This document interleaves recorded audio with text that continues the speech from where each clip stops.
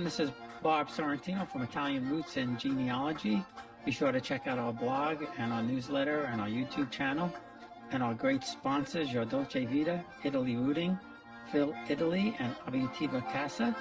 And my guest today is Joseph Wall. So welcome, Joe. Thanks for being here. Thank you for having me. It's my pleasure. It's my pleasure. So you're out there in California, yeah? Yep. Yeah, I'm a little far away from where you're at right now in the Big Apple, but happy to be on and represent California. I've been listening to a lot of your shows, and so you have quite a diverse collection of guests from all over. Oh, thanks. Yeah, it's just been so much fun, and it's just grown and grown and grown.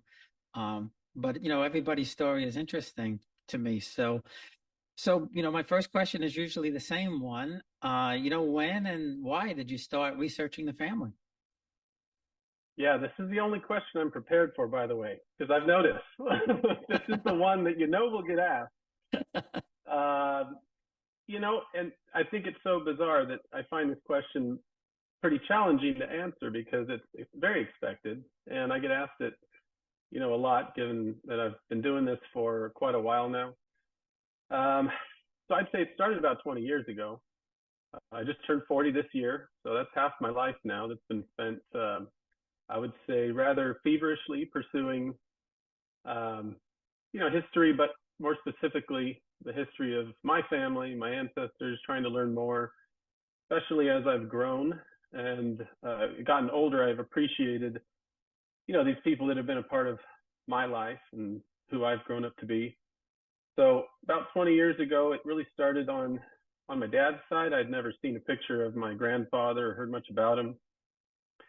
And then came to realize that, he died very young from MS, very, very sad, kind of childhood that my dad had. So it was painful to talk about, but, found out he was a World War II prisoner of war, found this incredible album that had all this, scrapbook saved from his time in a POW camp for 6 months and everything. And it just sparked this interest that has never really died down.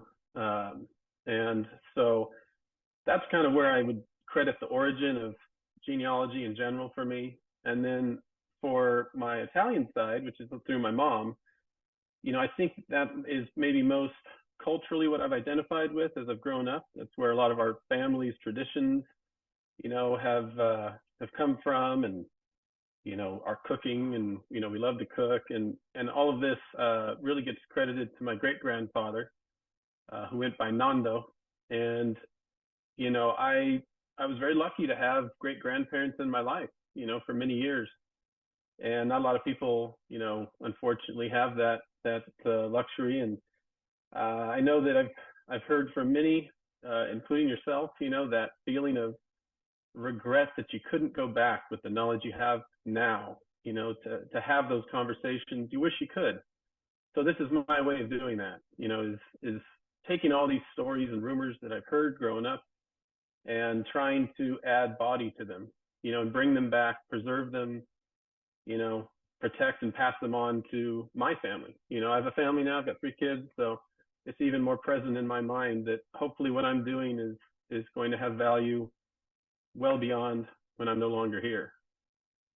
Yeah, and that's so great to be able to connect with, great grandparents. I mean, in my case, most of my grandparents were older, so I knew them a little bit, and the great grandparents were in Italy, so nothing happened there. So I'm intrigued about your dad now. Where did he get captured in World War II? So on my dad's side, he enlisted very young. This is up for where he enlisted. He was in Washington. My dad was born in Bremerton, which is just across the Kitsap Peninsula from Seattle, in that area.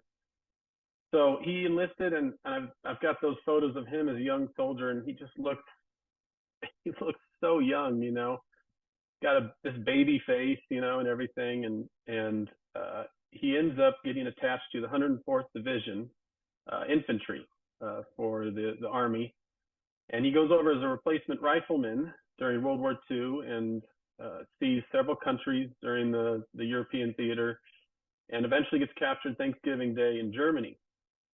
So there was a hill that they were engaged in an offensive on. Their unit gets split, and then around 70 to 80, men get captured, and he's held for about 6 months in a POW camp. They moved around. They had the Germans had these stalags everywhere, and you had kind of a main processing, stalag, and they'd move out, and they were in labor camps, in these other more remote areas. So he was there for about 6 months, and it's just incredible things you can find as after you have some confidence in the information, to know where to look. There was another soldier, part of that big group, named Charlie Dukes, and he wrote a book called Good Morning, But the Nightmares Never End. And it was about his entire experience, and it really added a lot of incredible detail to what happened to those men, when from the time they got captured all the way through, going, into these camps, and kind of things, conditions that they had to endure. I found in this scrapbook, there's a single piece of very, very crumpled up, tattered paper. And my grandfather had written out a menu for every day of the week. And it's just things he dreamt of being able to eat, whenever he made it out of there. So yeah, that was pretty impactful, just learning a lot about that. I'm still learning about it. The National Archives unfortunately suffered a big fire in the 70s, and so many service records have been lost or destroyed. So that's an ongoing effort to kind of reconstruct the full military history, for my grandfather. Yeah, no, I'm sure. And yeah, at first I thought it was your father, but now I realize it could have been your father. Yeah, But yeah. sorry about that. But my ex-wife's father was he fought in Europe, and fought his way through France and Germany, and he didn't get captured or anything like that, but some of his stories were really incredible. Like he told me one night it was Christmas, so probably just right after your grandfather got captured, and he said, we were so close to the Germans that we could hear them singing the Christmas carols in German. you know uh so it's like, Wow. and you know I guess back then they kind of had a little bit of a lull for a day with that. So now your mom's family's from Italy. Where in Italy did they come from? So now this is through my mom. This is my great grandfather. So this is another, I think, area where I'm so envious of a lot of your guests, or yourself. You have this direct connection. It feels like, to Italy, and I like to think it's more complicated than that. The identity we attach, ourselves to. For me, because of how I grew up with that being so influential, my great grandfather, and bringing that kind of culture and everything. That's why I feel so, I guess, strongly tied, to all of this. But that's who it is. So my mom's mother, my grandmother, I call her Nani. She lives up the street from me still. She's in her early 90s, and this is her father that I'm connected, through my great grandfather. So he was born on the East Coast, in Milford in 1910, and it was his father, so my second great grandfather, who was born in Italy. And up until recently, I didn't have absolute confidence on where exactly that was in Italy. I knew kind of generally it was northern Italy, and unfortunately, so much of this stuff gets lost. So there's not somebody there to pass this stuff on. And this was kind of pre ancestry.com or things like that, where had that been around, I'm confident that my great grandfather would have, been using that, and I'd have all this great information to start from. But I found in my nanny's house, there's a box hidden, and years ago when I went digging everywhere I could find these things, there was a baptismal certificate. It was a reproduction. And I learned later it was from when my great grandfather had, in the 70s, gone over to Italy. So they went over there and visited several of these towns that the family, came from. So the commune is called Pescantina. It's in northern Italy, in Verona. And so if you think of the boot, it's right there at the top of the boot near this body of water, Lake Garda. And so as soon as I found that, I had a location at least. So that was very, very helpful, to lead to more discovery later. Yeah, yeah, I'm sure. And now, so I have to say this because my daughter, we're hoping to go next year. My daughter just sent me a, a post from a theme park in Italy near Lake Garda. So Yes, isn't that yeah, weird? Garda. Isn't that strange? I saw the advertisements when we were there. Isn't that Yeah, I wild? forget the name of it, but yeah. Yeah, I think it's like a Legoland or something like that. But she's into all of that stuff. That's just so funny. Uh, so then it was your second great grandfather that came, and so he came pretty early then. Yeah. He did. Yeah, he did. And again, I say it just kills me that I this was all discovered much later. I wish so much I could have learned these things, sooner because who knows, but really, much of what I was learning about, discovering, it was really all during the family's time in America, which goes back quite a ways, because they came in 1890s. That was when they came, and it was, my great grandfather. It was both his mother and father, both born in Italy, and in different areas, but both in northern Italy. And then they met in Milford, and then he was born in, like I said, 1910. So a lot of what I have has has really I've kind of exhausted in my mind. I'm getting close to exhausting all of the things I can gather and learn as far as a genealogist, the records you would hope to get, here in America. I'm hunting down the more obscure, key files through the, naturalization, immigration offices, and things like that. Um, so that was really what I had to go off of before I I didn't know how at the time I was going to make that leap across the ocean, because as has been pointed out before, there's this wonderful resource, the Antenati, but it's the civil records that are, there's a limitation that a lot of people don't maybe understand. To really get further back, you gotta a lot of times be there in person, but they got to be, they're in those parishes, the local parishes, in the church records. So I was coming up with nothing when I would look on the Antenati. There was nothing for those areas, those towns that I was looking for.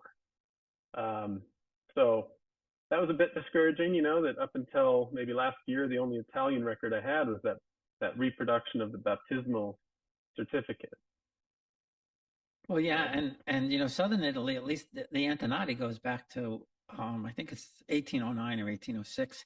But in northern Italy, it doesn't even go back that far because the Austrians, I think, still had northern Italy at that point in time. yeah, you have this brief period for some of them, kind of on the early 1800s, and then it disappears and comes back, after the unification. So, um, and since then, having more information, I've found certain records, for my own situation, because I know, again, a lot of, seems like, a lot of your guests have this incredible kind of recent history or connection. I'm looking at, mostly the death records as a source of information, because those ancestors would have been born before the birth records available through civil records. So, yeah, that's kind of been how I've been utilizing that record set. Yeah, well, it is, really is a detective type of job. Um, so, do you know what kind of businesses they worked in Connecticut? And then do you know why they came out west? So so the family, it was Milford, Massachusetts, Oh, actually. So not Massachusetts. not yeah, not too far. they came in. The port of entry was New York, like for many. And then in Milford, there's, as I found, like there is a community of mostly Northern Italians. It seemed like, and while there, um, the family business originally. So my original ancestor who came over was actually my second great grandfather's father. That whole birds of passage, he comes over in the 1890s, and he's a an innkeeper and a baker, and he sets up shop in Milford with another baker named Leopoldo Castiglione, and they're operating this boarding house and bakery. And then, quite tragically, he ends up dying suddenly because of the explosion of a kerosene lamp. So I've got these news accounts that are talking about how this kerosene lamp explodes, ignites the bedding, he wraps it all up and runs outside, to save the structure, and then ends up dying from the wounds that he, uh, gets, probably inhaling, like and inhalation burns. So he dies, and at the same time, his family had already been sent for. So his wife and three living kids are on their way over. And one of those children is my second great grandfather. So that's the beginning. It's very tragic. So um, so she gets over to Milford, of course, then finds out her husband has died, and she's a widow in this strange place with three kids. So later, directories have her attached to that boarding house, and then within a very short amount of time, she marries another widow named Bernardo Castellini, and he had one living daughter who also came over on her own later. And so they're living together in the 1900 census, and his daughter and her son end up marrying, which was not wholly uncommon at the time. They're step siblings. They're a little older, at the time that their parents then are getting together. But that would be my second great grandfather and grandmother, and how they met and everything. And then my second great grandfather, the business from then on was he became a foundryman, and he worked in several areas, along the East Coast. And then when they eventually made their way to the West Coast in the late 20s, he opened up a foundry in Riverside, California. And then several of his sons worked in the foundry. So my great grandfather ends up opening his own foundry, ends up being very successful with it. It's in Redondo Beach, and he casts things for the Marine application during the war. It's he had military contracts. He's got castings kind of all over, and that's been fun to discover through my relatives. Oh, did you know the bells over here? We think those are something that your great grandfather made or something. So yeah, I would say the foundry in our more recent history was the most impactful, professionally, of what the family did. And then even back in Italy, yeah, bakers, innkeepers, more modest, professions. Well, it's great to be able to piece all of that together. And, even back in Italy to have you know, to be a baker or to, have some kind of trade or something like that. Well, that was pretty good, because it was basically an agricultural, country way back then. Um, but yeah, that's cool to be able to piece that all together and then to get some insight into where some of these things may be. Have you been able to get your hands on anything that from the foundry from the 20s? You know what? Yes, and it's Great. only a little bit. I mean, so again, I live close to where all these things were. So one of the things I love doing is incorporating travel, any excuse to travel, with some connection to that place. So I've if I hear of a possibility, that, oh yeah, there's something here, I'm making the trip. So There's an historic hotel in Riverside called the Mission Inn. It's it's wonderful if you ever find yourself in that area. But there are these magnificent bronze doors. They've got these bronze panels on them, and I think I sent you an image that has my great grandfather standing next to them, and then you know, not but several years ago, I had to stand in the same place. And the panels depict the life of Saint Francis of Assisi, who could commune with animals, and so you see all these just beautiful, panels that are all showing a scene, of the life of Saint Francis. And then it's rumored that one of the bells there, because they have this vast collection of these bells that possibly one or more originated from their foundry. But other than that, I mean, it's really all over. Sadly, when he passed away, everybody got an opportunity to go through the house, and at his house, I always remembered growing up, these things that caught my attention, and he had a bell there, the name, and he had this really intricate Aztec calendar, mounted there. Um, so I know those came from the foundry. And then what was really interesting is in his garage, there were the molds. They did mostly sand casting, where they leave the imprint and pour it in. But I found molds in there. I found even on paper, the where they would draw out designs for whether it's a gate or some custom project. And I found newspaper articles that show one of his children. This would have been a brother to my great grandfather. Pouring the molten metal out of the crucible, and then it kills me to remember this, but my nanny had from his house, when the foundry he sold or no longer was in business, he took two of these crucibles and drilled a hole through it, and then used it as a pot. And a gardener or somebody cleaning out her house, they ended up getting thrown away, and it just kills me, because I would love to have that, as a piece, in the garden, some connection, to there's such a story behind it. Yeah, So that's, I yeah, mean, a lot of different things.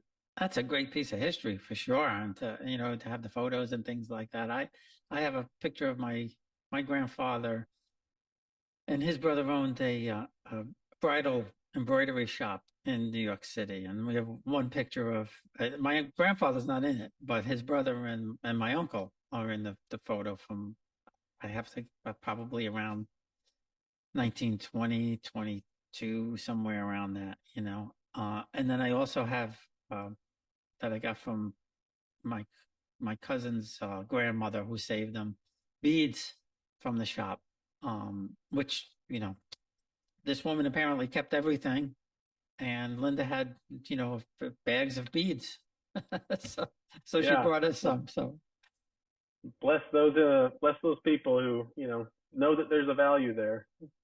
yeah, and I had there's one cousin in Italy, and there were actually two, one both from the same side of the family, but one cousin said that one of her uncles had all the history from the family and had artifacts, and then he passed away and everything got lost.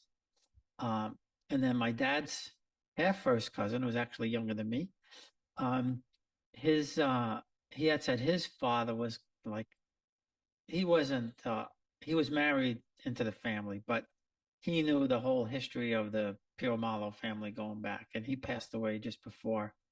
Um, but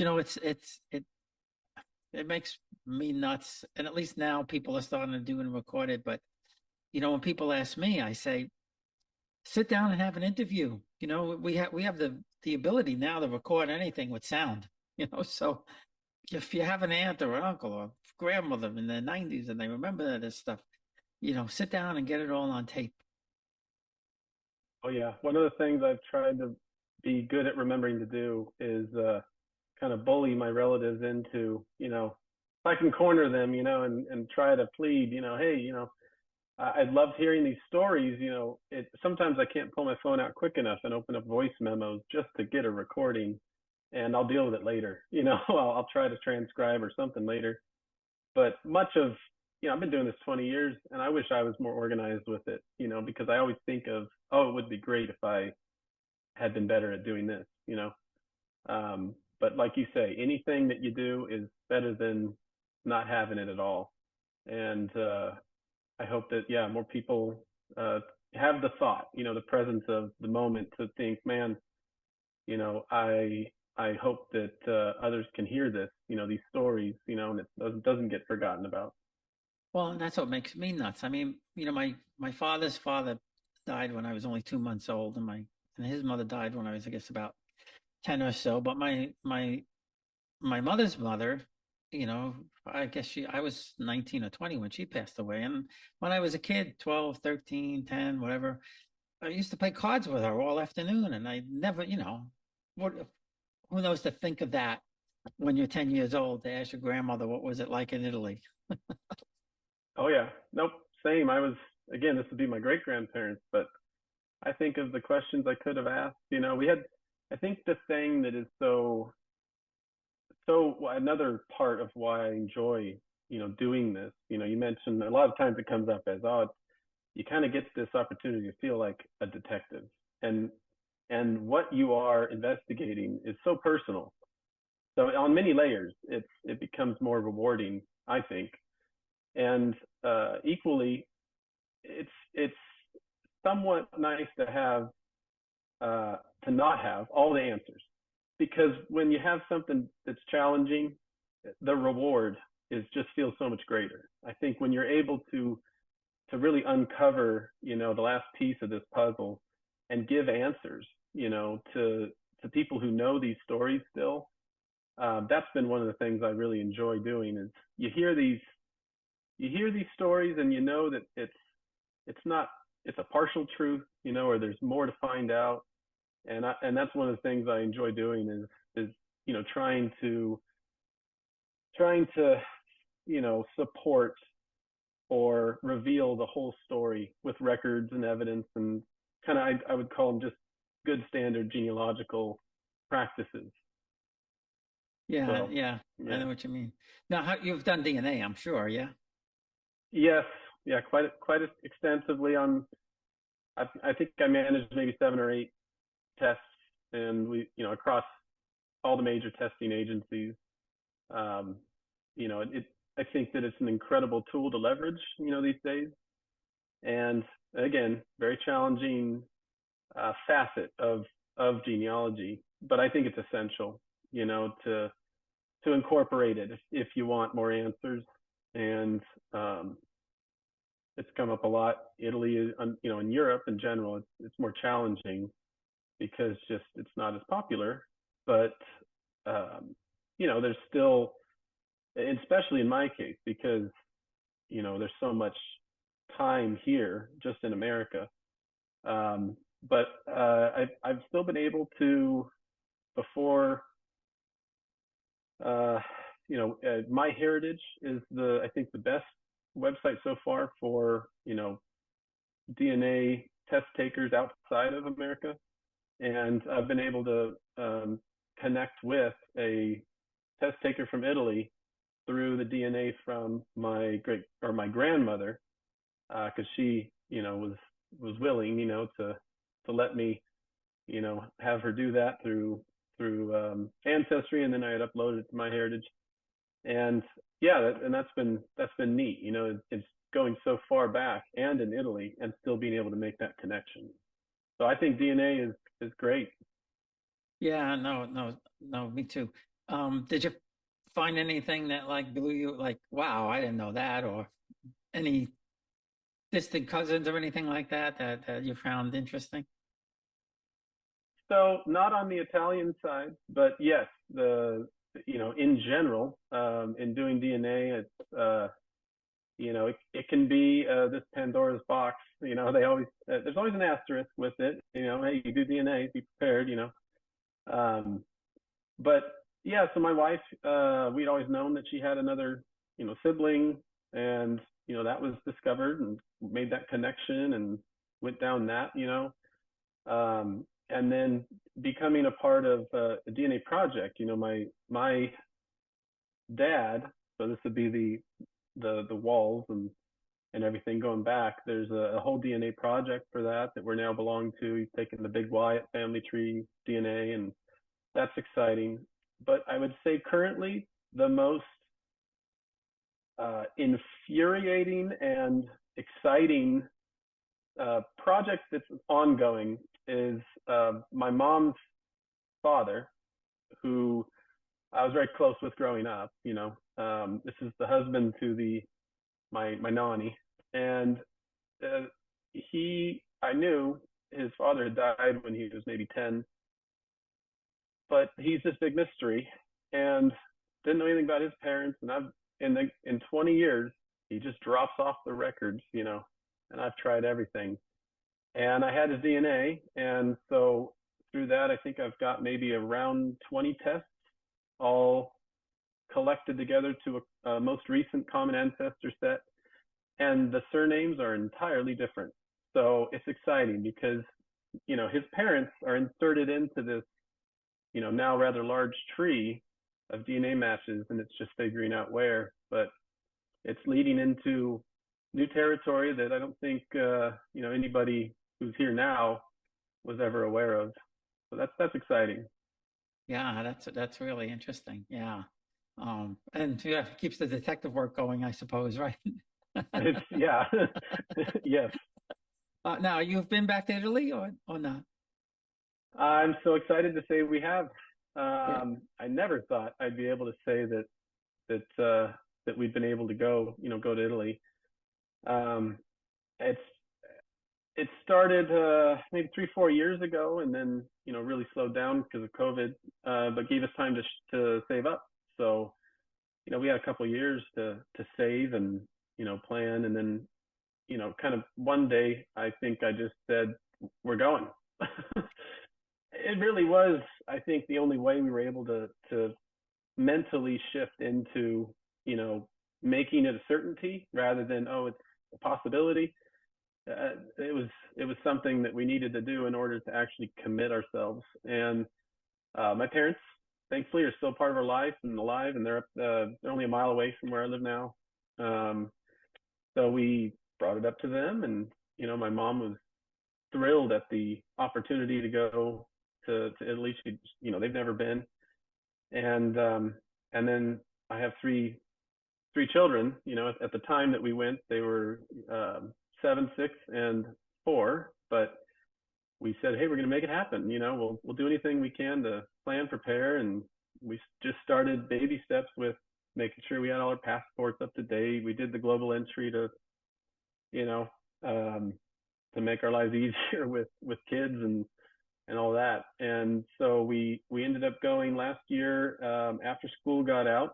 My dad's a CPA, so we had to, you know, meet everybody's schedule. And summer, although very hot, was that was when we had to go. You know, I much would rather prefer, you know, to go somewhere in an off season than just you know, enjoy maybe less crowds and everything. But that timing just worked better for us.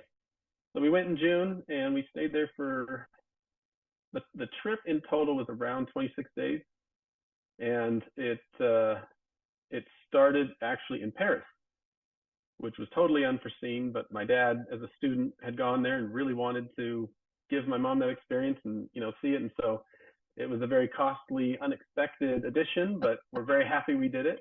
So we started there, and then we went to Venice, and then I made sure everybody knew we're going to Verona. I'm not going to Italy and missing this opportunity. We're going to go there and talked them into about a week there. So that was important to me because I know we were going to hit a lot of these touristy, crowded, you know, draining, you know, days in these places. And we wanted to kind of intentionally have a break or a pause. And so I knew it was going to be a little bit slower pace, and we could maybe have that more authentic experience. So we spent a week there before going to Florence and then Rome, and it just worked out to do a day or two in London before we came home. So quite a, you know, a varied trip, but um, we still pinch ourselves that we've gone. I love photography, so I took tons of photos, and I have on my desktop. It'll just cycle through all the pictures, and so it's one of those things we walk by and go, oh, do you remember that? Or Yeah. look at that, and it's very it just reinforces that we've caught that bug, and now we're just trying to plan the next trip. So it was great. Yeah. Yeah. I mean, we did too.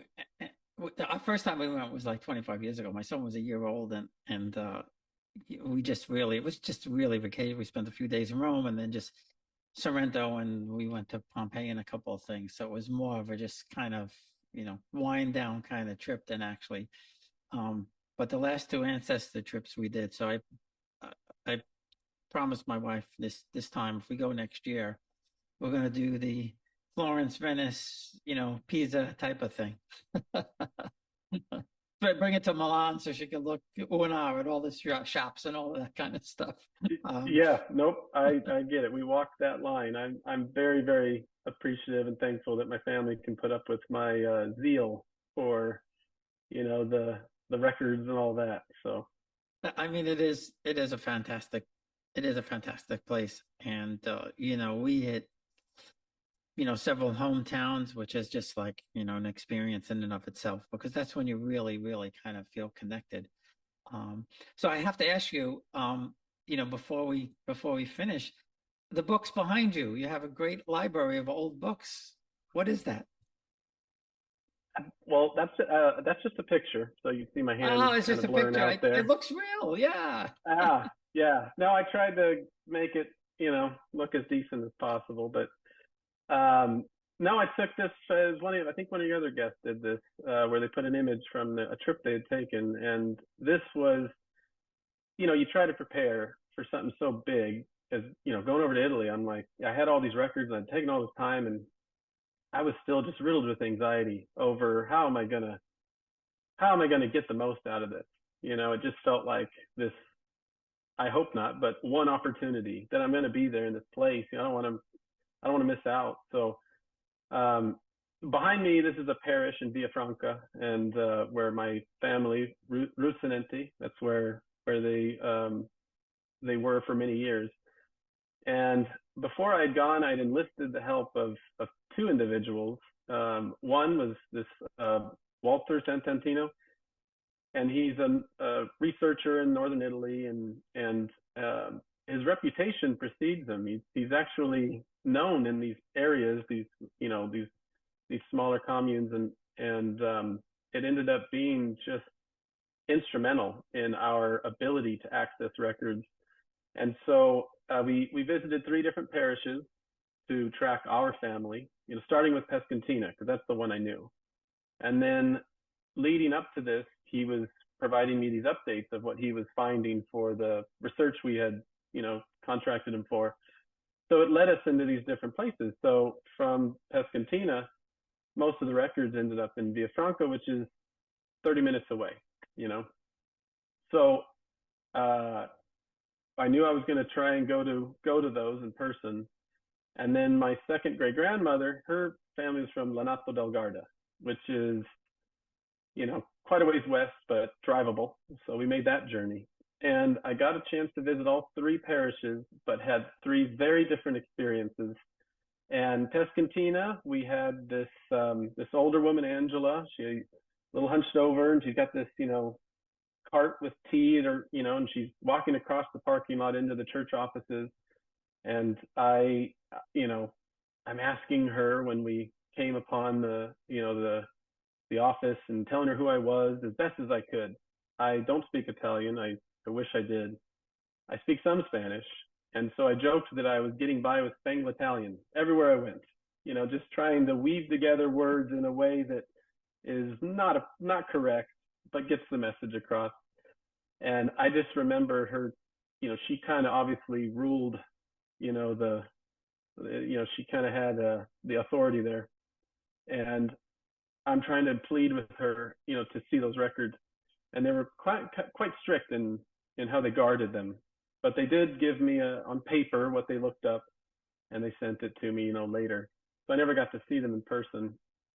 In Villafranca, they knew Walter, who had come by previously.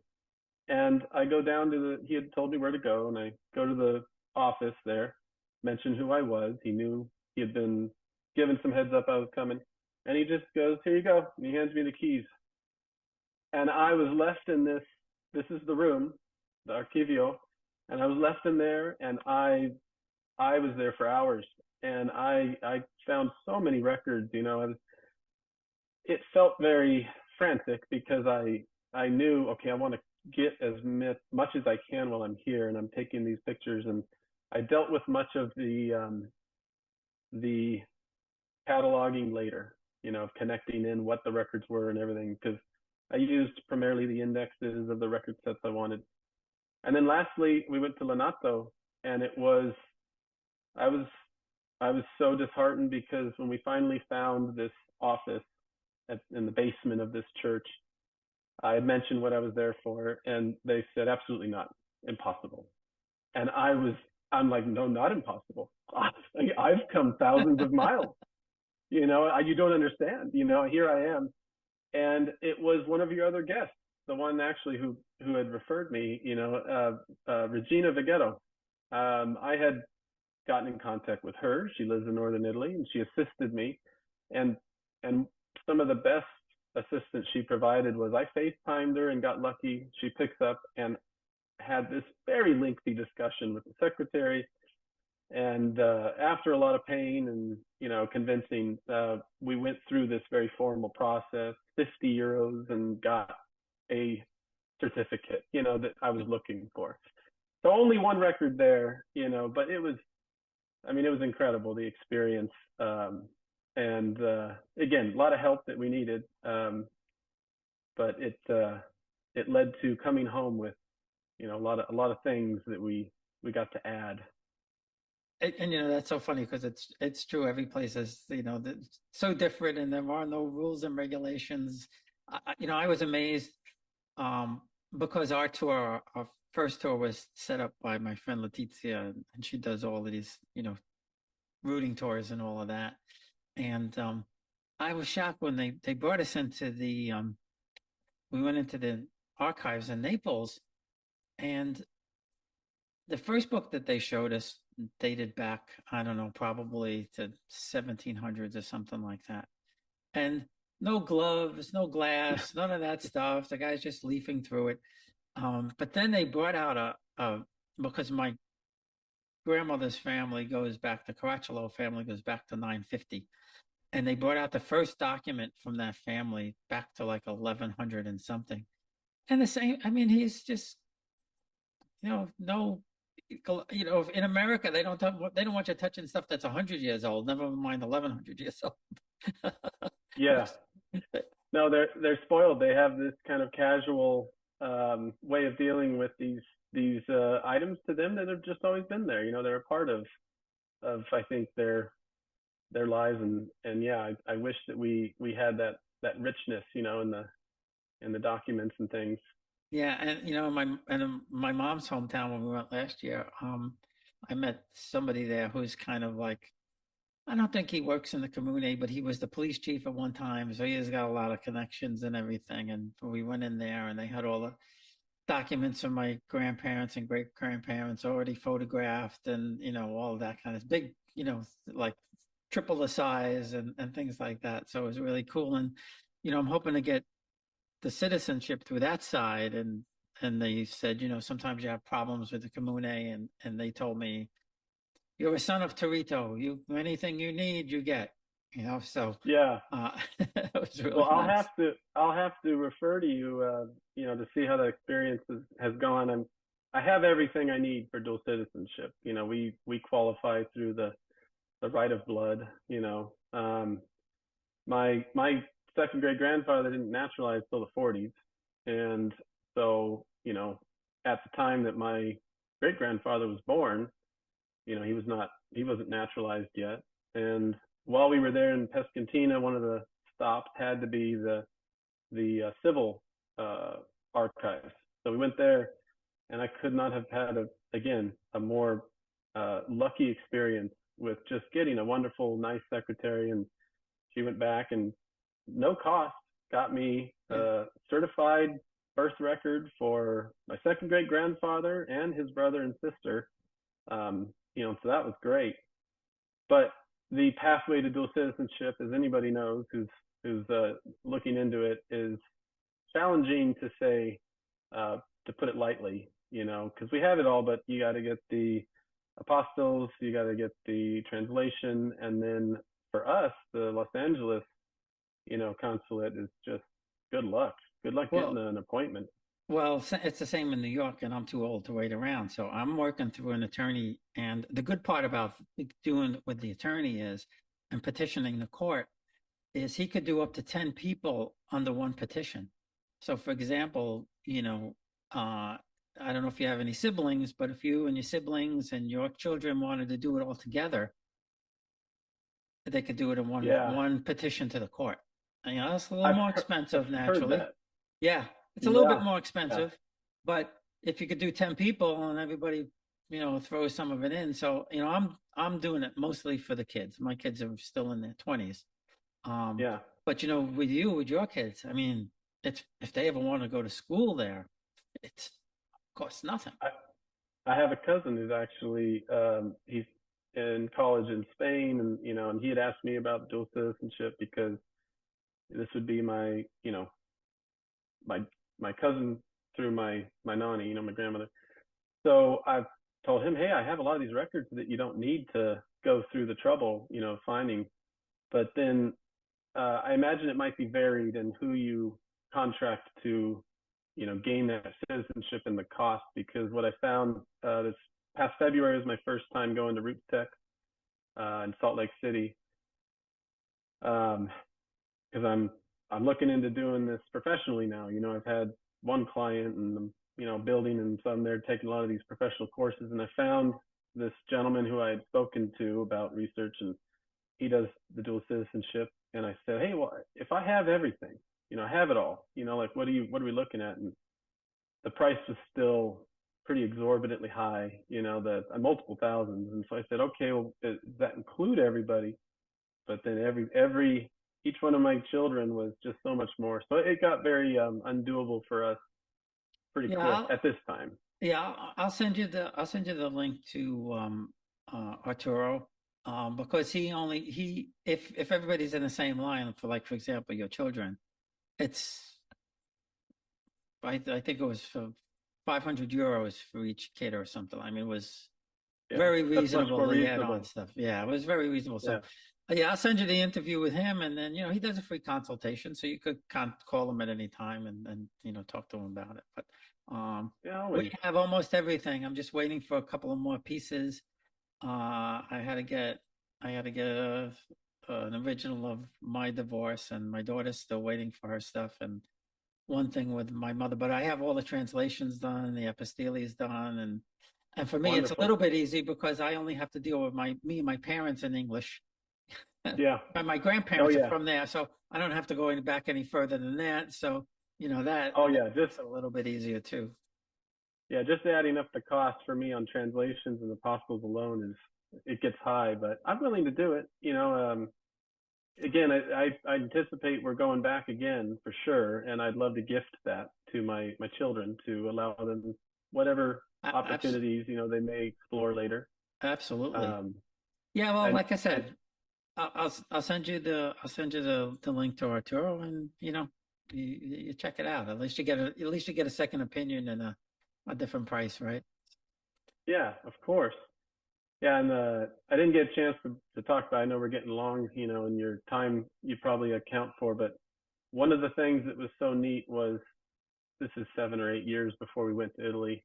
As I mentioned, I love to cook, and I don't know how I happened on this, but there was a place I found online called Trattoria Brucinente, and I'm thinking, what are the odds that we could be related to the restaurateurs, and everything. And it's a long shot, but I reach out, on Facebook. I don't do social media for anything other than genealogy.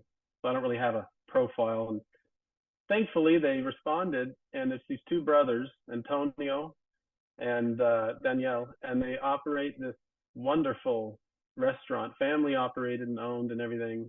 and it just so happens to be in Villafranca. And so I'm all thrilled about it, and we make friends, 7 years ago. I'm sending pictures of things I'm cooking, during holidays and all that stuff to them, and very infrequently, but we'll FaceTime and everything. And they treat me like a cousin. Nothing's been proven, and it's so far back, but it's just a neat feeling. And I told my wife, when we go there, we've got to stop. We have to go there and meet them in person.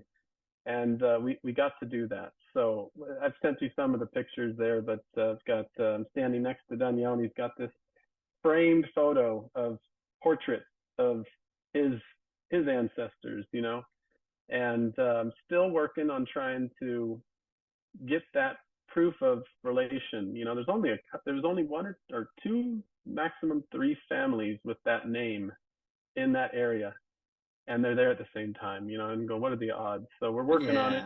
Yeah, yeah. But things like that, those connections you make, those are exciting to me too. So, Well, my cousin from hopefully, Naples, I don't know how close you are to San Diego, but my cousin from Naples has a restaurant in San Diego. So, oh, we're close. Yeah, we drive there.